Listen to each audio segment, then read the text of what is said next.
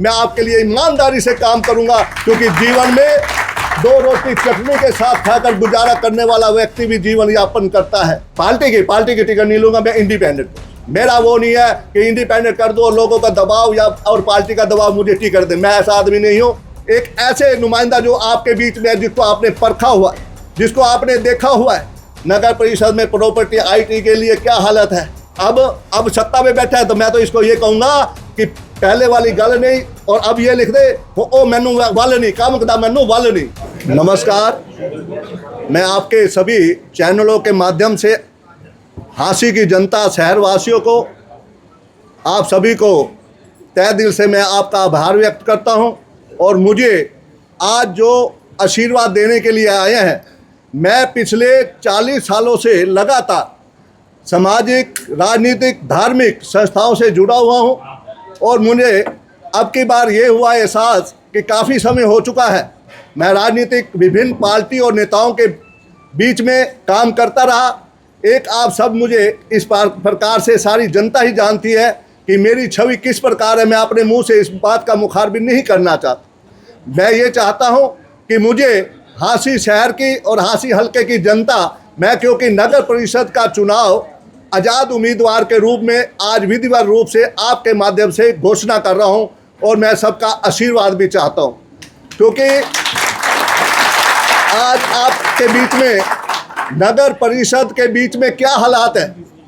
जनता उनको चुनकर भेजती है, लेकिन वो चुनने के पश्चात जनता के दर्द और दिल को भूल जाते हैं अपने किसी भी रूप में, चाहे वो आप किसी दबाव में, चाहे आपका कुछ कोई निजी स्वार्थ हो, उसमें आप इस चीज़ को भूल जाते हैं कि जनता बहुत दुखी है।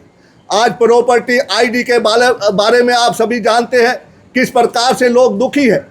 दर टक्कर खाने के पश्चात फिर किस प्रकार से वो अपना फारिग होने के लिए क्या उनको चुकाना पड़ता है, ये आप सभी जानते हैं। आज सड़कों के क्या हालात है, किस प्रकार से बिजली के आप देख रहे हैं कि खंभों पर लगी हुई लाइटें थोड़े दिन जगमग होने के पश्चात उसका खराब हो जाना, उसके लिए कौन दोषी है, इसका कौन जवाब देगी। मैं तो ये चाहूँगा कि आप लोग एक ऐसे नुमाइंदा जो आपके बीच में है, जिसको आपने परखा हुआ है, जिसको आपने देखा हुआ है, आपकी आवाज़ एक ताकत बनती है। चाहे वो किसी भी संस्था के रूप में मैं रहा, हमेशा ही स्पष्टवादिता मेरा एक कर्म है।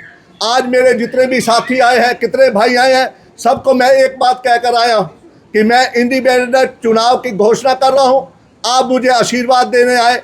हो सकता है कि इस चुनाव के बीच में 20-30 कैंडिडेट भी मैदान में आए, हर तरह की बात करें, कोई जात पात का नारा लगाए, कोई पार्टी बेसिक का नारा लगाए, कुछ भी लगा सकता है। लेकिन इन्होंने यही कहा कि राजीव शर्मा, ना तो आप पे जात पात आता है, ना आप पे पार्टी आती है, आप आज़ाद उम्मीदवार है। हम चाहे राजनीति रूप में किसी भी के साथ जुड़े हों, हम आज़ाद उम्मीदवार में एक ऐसा अच्छा कैंडिडेट हांसी शहर की जनता को देना चाहते हैं, जिसकी छवि भी साफ हो, जिसका चेहरा भी साफ हो, मन भी साफ हो। वो आपके बीच में देखा जाता है। मुझे इसलिए ये ताकत मिली, और मैं इन जनता जनार्दन के बीच में, आप लोगों के बीच में इसकी घोषणा कर रहा हूं कि मैं आज़ाद उम्मीदवार चुनाव लड़ूंगा। और मैं आपके बीच में ये भी बता देना चाहता हूं कि जीवन में आज तक ना गलत काम किया, ना गलत करूंगा, ना सहन करूंगा, ना करने दूंगा, क्योंकि जनता के वोट की बहुत बड़ी ताकत होती है। अगर ईमानदार व्यक्ति, इस कुर्सी की बहुत बड़ी ताकत होती है, क्योंकि वैसे अगर कुर्सी से कोई हट जाए तो उसको कोई सलाम भी नहीं करता साथियों। लेकिन इस बच्चे का, आपका सेवक आज तक कहीं भी रहा, इज्जत पाई, सम्मान पाया, और इस सम्मान को कहीं कमी नहीं आने दूंगा। मैं आपके लिए ईमानदारी से काम करूंगा, क्योंकि जीवन में 2 रोटी चटनी के साथ खाकर गुजारा करने वाला व्यक्ति भी जीवन यापन करता है। मैं इस चीज़ का आज प्रण करता हूं प्रेस वालों के सामने, पूरे जहां तक भी आपकी आवाज़ जाएगी, देश और प्रदेश तक और शहर के और हल्के तक आवाज़ जाएगी। मैं इस चीज़ का वचन देकर जाता हूं कि मैं भ्रष्टाचार को सहन नहीं करूंगा। जनता के लिए, चाहे मुझे, अगर आप मुझे चुनकर भेजते हैं, ईमानदारी से काम करूंगा। अधिकारी कर्मचारी कैसे नहीं काम करते, मुझे समझ नहीं आती। आप देख रहे हैं पीछे अखबारों में किस प्रकार से चुनकर आए हुए पार्षद यहाँ की कार्यशैली को रो रहे हैं। यहाँ के जो जनता ने चुनकर चेयरमैन भेजा, उसकी कार्य प्रणाली को देखकर रो रहे हैं। ये क्या कौन कसूर है? यही चुनकर इनकी नीयत खराब है। जो ये लोग पार्षद तो बेचारे जनता ने चुना, वो तो अपनी आवाज़ उठाते हैं। चेयरमैन सबसे बड़ा होता है। मैं तो कहता हूँ नगर परिषद का चेयरमैन MLA से भी बड़ा पावर होता है वो, क्योंकि जनता की दी हुई ताकत है। आप किस प्रकार से आप अपने आप को इग्नोर करते हो, किस प्रकार से आप अपने आप को ढकोसला समझते हो। कुछ बोलने की ताकत नहीं, किस लिए ताकत आप दबगी है, कहाँ कमी है। आप ईमानदार और सच्चे रहो, आप में कमी नहीं आएगी, क्योंकि अंदर की आत्मा भी आपकी, अगर गलत काम करोगे तो अंदर की आत्मा सो जाएगी। इसलिए मैं वचन देता हूं, भाइयों के लिए काम करूंगा, 36 बिरादरी के लिए करूंगा, और आपके लिए हमेशा संघर्ष में जीवन रहा है मेरा, और मैं हमेशा संघर्ष में रहूंगा, और आपके लिए जिया हूं और आपके लिए ही मरूंगा। ये मेरा वचन है। आप मुझे ताकत दें, मैं तो एक ही प्रार्थना करूंगा, मेरे पास यही ताकत है। मैं आपके बीच में नरम स्वभाव का व्यक्ति, लेकिन जहां अगर वक्त आ जाए तो दबंग भी हूं, या ये भी ना समझना, क्योंकि मेरा जीवन आप सभी अच्छी तरह से जानते भी। मैं किसी से डरने वाला भी नहीं, चाहे कितनी बड़ी ताकत यहाँ खड़ी हो, कितना बड़ा पुलिस प्रशासन दल बल खड़ा हो, मैं हर एक का सम्मान करता हूँ। लेकिन जनता जनार्दन के हितों के लिए मैं आप लोगों के लिए समर्पित होने के लिए ये फैसला लिया है। इसलिए मैं पुण्य आपके माध्यम से और आए हुए मेरे साथियों के माध्यम से भी यह वचन देता हूँ कि आपकी मैं ताकत, आपने मुझे अगर वोट देकर मुझे ताकतवर बनाया तो आपकी ताकत को कहीं कमी नहीं आने दूंगा। ये मेरा वचन है। भ्रष्टाचार की बात की है। हाँ जी। भ्रष्टाचार किस तरह से हो रहा है? भ्रष्टाचार आपके सामने है विनोद जी, आप सभी जानते हैं। आज लोग लाइनों में लग लग कर कार्यालय के नगर परिषद के काम के लिए जाते हैं। नगर परिषद में प्रॉपर्टी IT के लिए क्या हालत है। आप लोगों का अगर मकान किसी गज में अगर गलत चढ़ा हुआ है तो उसके लिए ठीक करवाने के लिए आपको कितने धर धर भटकना पड़ता है। आप लोगों के बीच में अगर आप लोग जाते हैं तो आप लोगों के बीच में किस प्रकार से, मैं ये नहीं कह सकता कि सारे बेईमान हैं, मैं ये नहीं कह सकता सारे ईमानदार हैं, लेकिन कुछ लोगों के कारण हर नागरिक को परेशान होना पड़ रहा है। ये एक शर्म की बात है। उसका जवाबदेही कौन है? उसका जवाबदेही जो कुर्सी पर बैठा हुआ व्यक्ति है। आज मैं आप हैरान, चुनकर आए हो किस प्रकार से हमारे, नाम बताओ ना खुल के थोड़ा। अरे चेयरमैन और वाइस चेयरमैन कौन है भाई? तो खुल के बता दो, नाम बताओ। अरे वाह भाई वाह भाई, आपके बीच में परवीन एलावादी, इसको कहने की जरूरत नहीं। चेयरमैन है तो परवीन एलावादी, वाइस चेयरमैन है तो अनिल बंसल जी है। अच्छे हैं, लगातार चुनकर आए हुए हैं, लोगों के बीच में इनका विश्वास है। लेकिन आप जब कुर्सी पर बैठे हुए हो, बैठने के 4 साल बीत गए, उस समय गंदगी के ढेर अंबार क्या कर रहे थे? कहाँ ठेकेदार गए थे? कोई सुनता नहीं, क्यों नहीं सुनता? कहाँ कमी है? अपनी कमियों को निकालो। अब 1 साल रह गया, अब ये कहते हैं ये ढेर लगे हुए हैं सीवरेज के ब्लॉक, कितने सीवरेज ब्लॉक की हो रही है?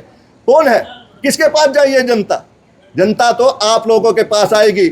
आप लोगों को इसका जवाब देना पड़ेगा। हालात ये हो चुके हैं कि साथियों, ना तो भाई जिसके पास है वो सुनता है, ना अंदर जो आए हुए, क्यों है? ये चुने हुए सत्ता पक्ष के साथ जुड़े हुए साथी है। आज ये मेरे साथ यहाँ आए हुए सत्ता पक्ष से जुड़े हुए मेरे साथी है, विधानसभा में उनके साथ थे। लेकिन इनको ये उम्मीदवार राजीव शर्मा, क्योंकि राजीव शर्मा जो बोलता है, जो तोलता है वो बोलता है, जो बोल दे उसके पीछे हटता नहीं। ये मेरा वचन है। अरविंद एलावादी ने बहुत बड़े बड़े दावे किए थे। हाँ जी। दावा एक भी पास नहीं हुआ। उसने कहा था कि फोन बाद में करोगे, पहले मैं काम करके आपके घर दे दूंगा। ऐसे है जीवन में, जिंदगी में उन्होंने क्या वायदे किए क्या नहीं है, ये तो जनता के बीच में अभी तक सिर्फ एक मजबूरी थी, कोई चेहरा नहीं था। अब राजीव शर्मा जनता के बीच में चेहरा आ चुका है। चाहे वो राजनीति में कहीं भी जुड़ा हो, वो राजीव शर्मा को अपना आशीर्वाद देगा। वो मजबूरी थी जिसके कारण ये हालात थे। आज वो झूठ बोलने में सबसे बड़ा है।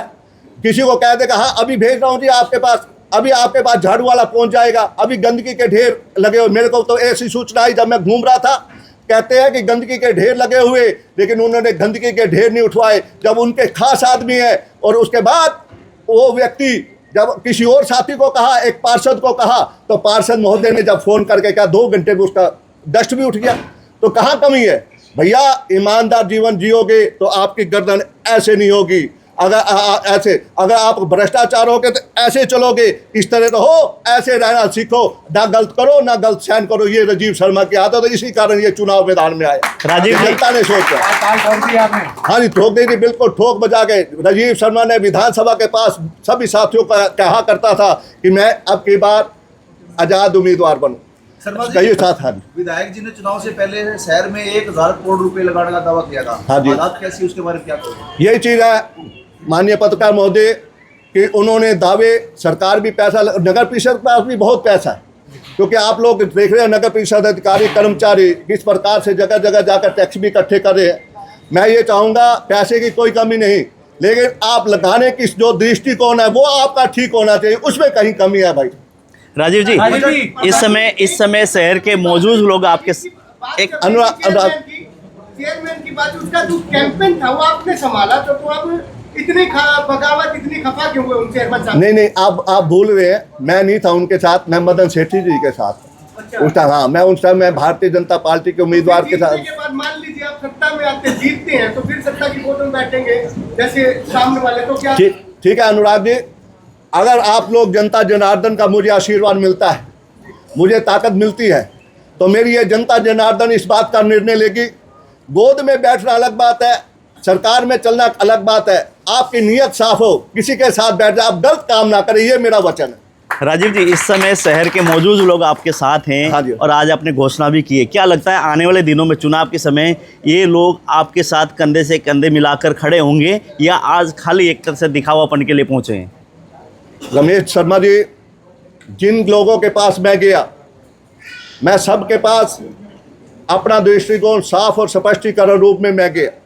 मैंने ये कहा चुनाव का समय है, हो सकता है बहुत बड़ी ताकत क्या विधायक महोदय, उससे बड़ी मुख्यमंत्री जी। मैं यही कह रहा हूँ, यहाँ बैठे कोई भी नहीं कहेगा, जिसके साथ मिला सबसे यही बात बोला हूँ।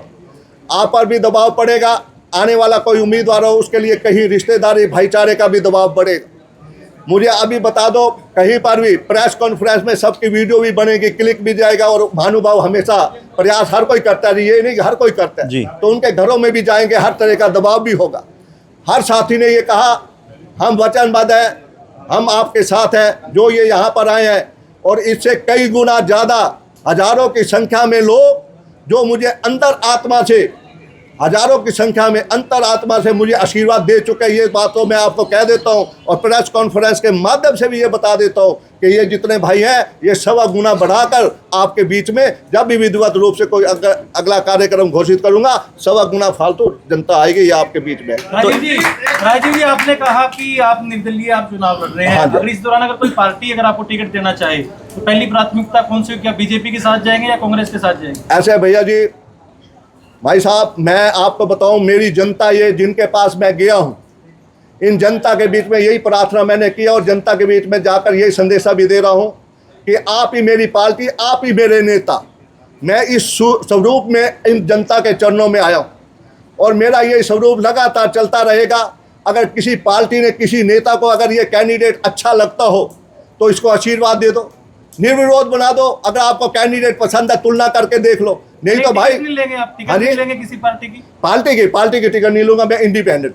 मेरा वो नहीं है कि इंडिपेंडेंट कर दो और लोगों का दबाव या और पार्टी का दबाव मुझे टिकट दे। मैं ऐसा आदमी नहीं हूँ, जहाँ हूँ सच्चा हूँ, जहाँ नहीं हो तो उसको छोड़ देता हूँ, उसको भी दिल खुश होता है, हमारे साथ नहीं। तो मैदान, चीजें होती है। हाँ जी सर। आपने कहा कि मैं इंडिपेंडेंट हूँ, आजाद। हाँ जी, एक है पंचायती उम्मीदवार। नहीं, पंचायती का ठीक है, आप पंचायती हैं या आजाद? सुनो सुनो सर, मैं आपको बताता हूँ।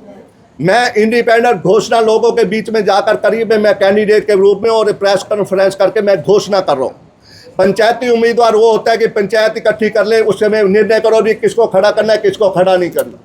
उसमें किंतु परंतु बात होती है। जब राजीव शर्मा का मन आ गया और विधानसभा के बाद इस मन की मैंने घोषणा की, और हर साथी को मिलता रहा, व्यक्तिगत जैसे कोई मिलता मैं उसको कहता बहुत अच्छा निर्णय। क्योंकि मैंने सेवाएं ऐसे नहीं कि मैं उठकर आया, कोई आया उसको टिकट मिल गई, कल को देखी जाएगी किसके साथ है किसके साथ नहीं। मैं एक सेवा करी है, ईमानदारी से सेवा की है। लोगों के बीच में जगह बनाने के लिए बहुत मेहनत करनी पड़ती है और ईमानदारी, पारदर्शिता दिखानी पड़ती है। वो मैंने अपने जीवन में कहा, और मुझे परमपिता परमात्मा से और मेरे बुजुर्गों का जो आशीर्वाद है वो मुझे मिला हुआ। और सबसे बड़ा आशीर्वाद जो मेरे ये साथी, मेरे बुजुर्ग, मेरे भाई, मेरे माताएं बहनें यहाँ आई हुई हैं, उनका मुझे आशीर्वाद बराबर इस रूप में मिलेगा कि ये हकदार है, इस बेचारे को कभी कुछ नहीं मिला, इसको हम चेयरमैन बनाएंगे, ये लोगों का मन आता है।